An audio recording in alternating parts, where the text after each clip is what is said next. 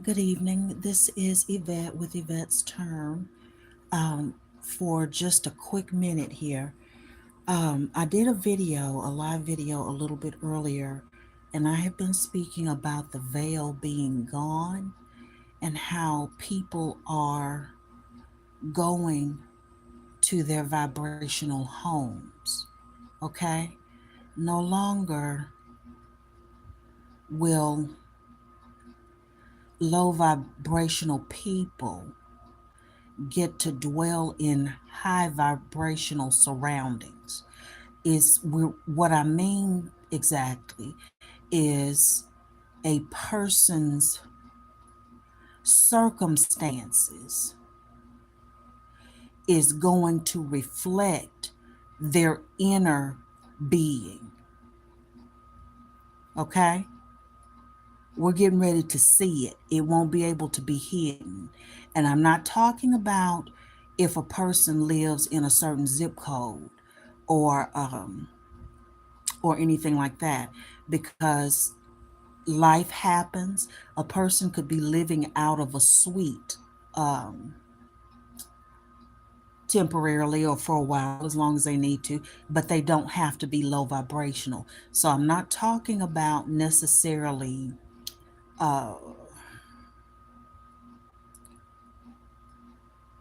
like zip codes or how the world looks at what's value or high vibrational. Okay, I'm saying that where a person is internally, and the work that they have or have not done is going to reflect in their life circumstances. For an example, now this is something that has always been, but we're getting ready to see it on um, a greater scale. A person, how they keep their home. Now, families, especially if you got a big family or whatever, families get busy, houses get dirty. But at some point, to be able to function properly, you want to clean that house up. Okay? Because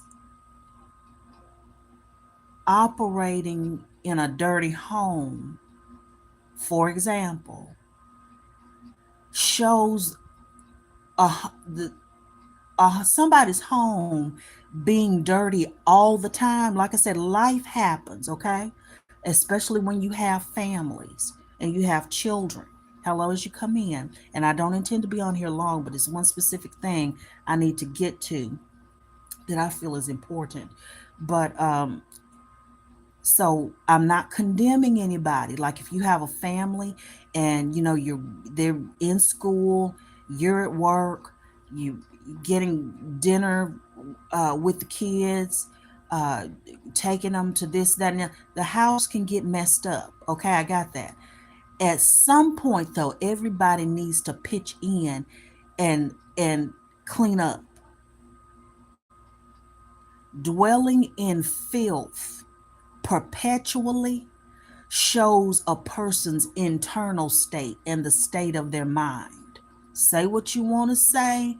I know better. Okay?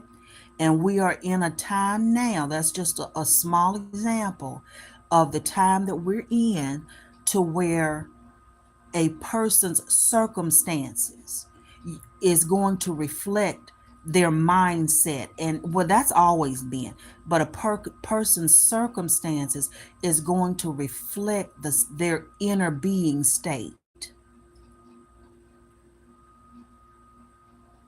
Okay, and again, I'm not talking about designer bags, designer clothes, certain types of zip codes. You can live in a tree house and keep it clean and keep it in order. I lived out of a suite with my daughter for 3.5 years. We kept it clean. In addition to the cleaning that the maids will come in and do, we kept it clean. We kept it in order, and we kept it high vibrational as we could, to the point where we had um, high vibrational beings that we would see in our room, because we were living out of that the one suite room. And in fact, my daughter, she was a like had just graduated high school and was going to college. So I was at the suite one night, and I noticed as I was going to the bathroom, uh, there was a being, a very tall being, standing at the entrance from the room to the bathroom. Okay, a very tall being just standing there, to the point where I was, and but I didn't feel like anything was wrong. I didn't feel anything malevolent. Now, y'all, and you shouldn't be. Well, I can't tell you how to feel.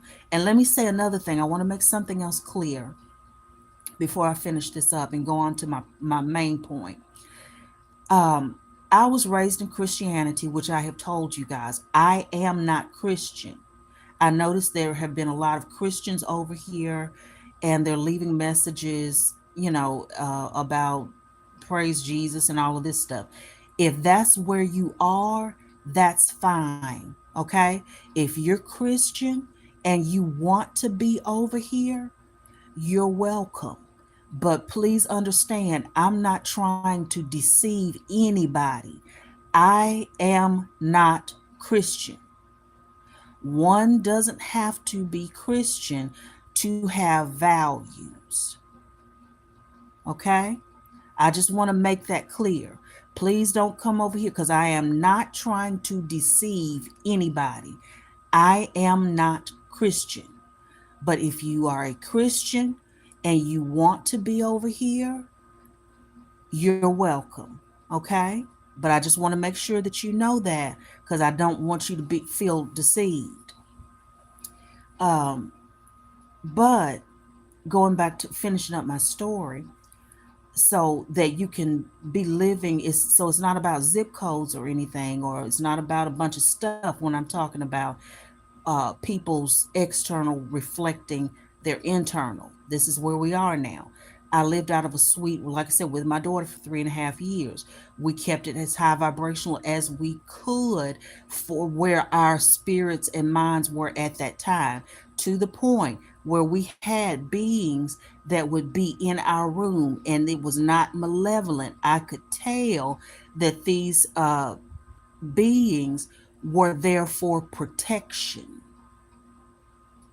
to the point, like I said, I was scared to go in the bathroom because I had become unaccustomed to seeing these things. I've been seeing and hearing since childhood. Like I've shared this before too. I was a child playing with my toys when my parents, they told me later, because I didn't even remember it. They said I was playing with my toys, and that I just stopped and just kind of laughed, like, Dad is up there under that car. And sure enough, I don't remember if it was that night or that week.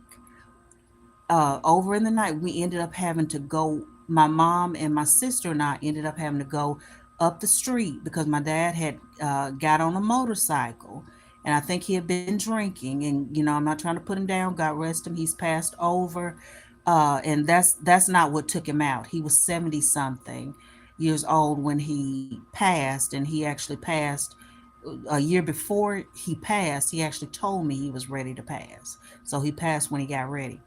Anyway, we ended up having to go up the street, and sure enough, he had wrecked the motorcycle and slid up under a parked car, and ended up having to go to the hospital, stayed in the hospital.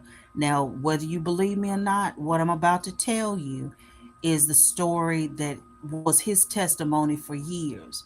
um, they say he said he tore the main artery that ran to his heart, because they had to get him out from under the car. And if I remember correctly, they say he said he lived in the hospital. He was in the hospital for about 2 weeks. I was a child, okay. um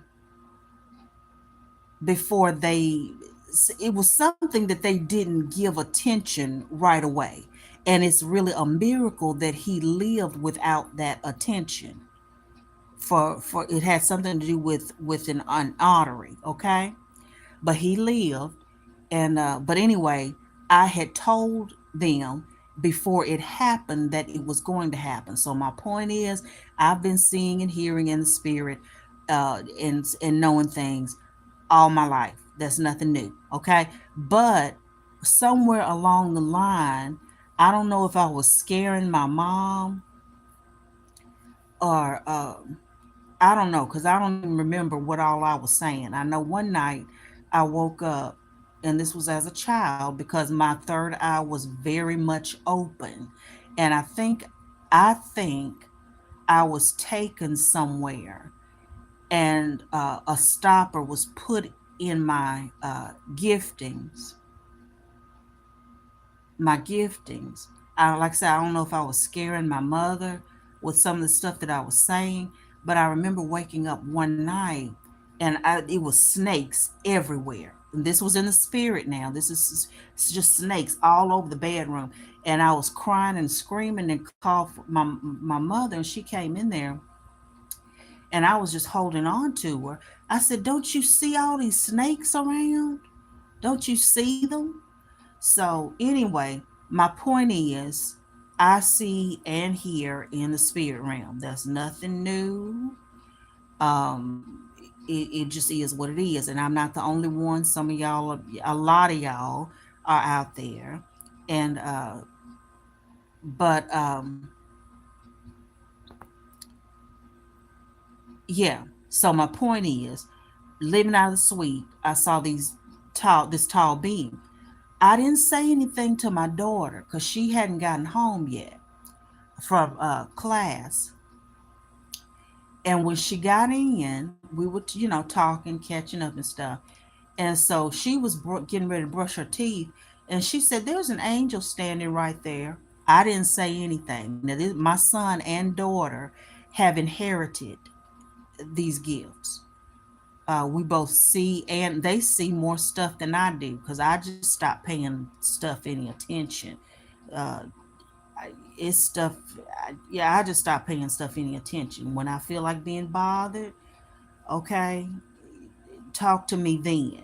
When I'm asleep, I'm resting. Don't wake me up, okay?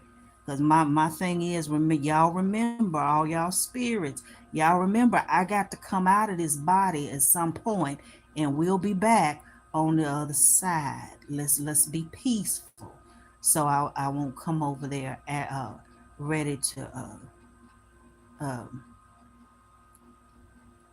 pull on your spiritual collar and ask you why you were bothering me when I was trying to sleep. All right, so that's my point. Nothing new. But so you can be high vibrational and be working on yourself. It's not about things, it's not about designer, it's not about anything like that.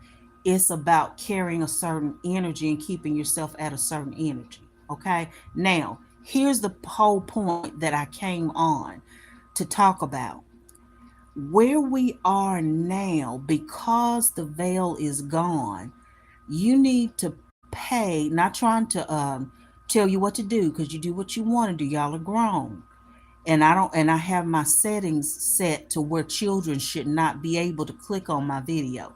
If you are 18 or under 18, you're not supposed to be able to click on my videos and watch them, because I do not want uh I'm not trying to raise anybody else's children. Okay, mine are grown. But with this veil being gone, I would advise you guys, if you care to listen, to really pay attention to what you're seeing, and your intuition and what you're picking up on. This is why it's important to know yourself, to become familiar with your giftings, because now that the veil is gone, there's no excuse for you getting caught up with somebody that does not like you. There is no excuse for you getting caught up and hanging around somebody that you clearly see doesn't have your best interest at heart. Okay? The veil is gone. If you're even slightly paying attention, you can see if somebody doesn't like you really or not, regardless as to what they're saying. It, since that veil is gone, the onus is on you to pay attention to your first mind. I don't care what they're saying. I don't care what relationship they are to you. Okay? That veil is gone, and there is no excuse to not act in your own best interest when you see what you need to see, when you hear what you need to hear. Because since that veil is gone and people can't hide anymore, if they are a low vibrational being, some of these beings are really fixing to start acting out. The mask, since the veil is gone, some of these beings, and I'm talking about people, are going to start, you're going to start seeing what's really there, and they're going to take the mask off and start acting like what they really are and letting it be known, and their actions are going to reflect how they really feel about you. Jealousy, I hear a lot of people talking about jealousy and the spirit of envy.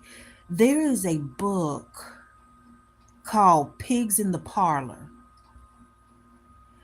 and it's by, I think it's a husband and wife. Their last name is Hammond, Hammond. The wife's name is Ida, but I cannot see or remember the husband's name right now, but it's called Pigs in a Parlor. And it's been years since I've read the book, and it's actually in the trunk of my car, else I would go get it and give you the exact author's name. But in that book, it talks about different spirits and it categorizes them and talks about which spirits run together. I was surprised years ago when I first read the book, that, and now, but it makes perfect sense that the spirit of murder actually falls under a spirit of jealousy.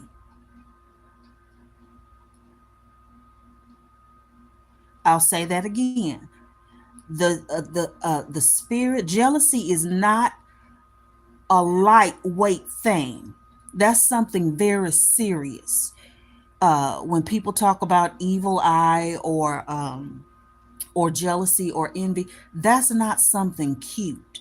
It is not cute to have people jealous of you or that somebody's jealous of you. That the spirit of jealousy is a spirit that will kill if it gets the opportunity.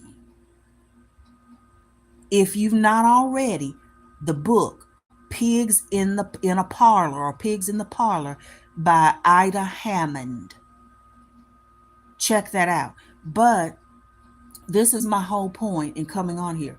Pay attention, since this veil is gone and people can't hide how they truly feel anymore. Pay attention to your first mind when dealing with somebody. I don't care how they're smiling.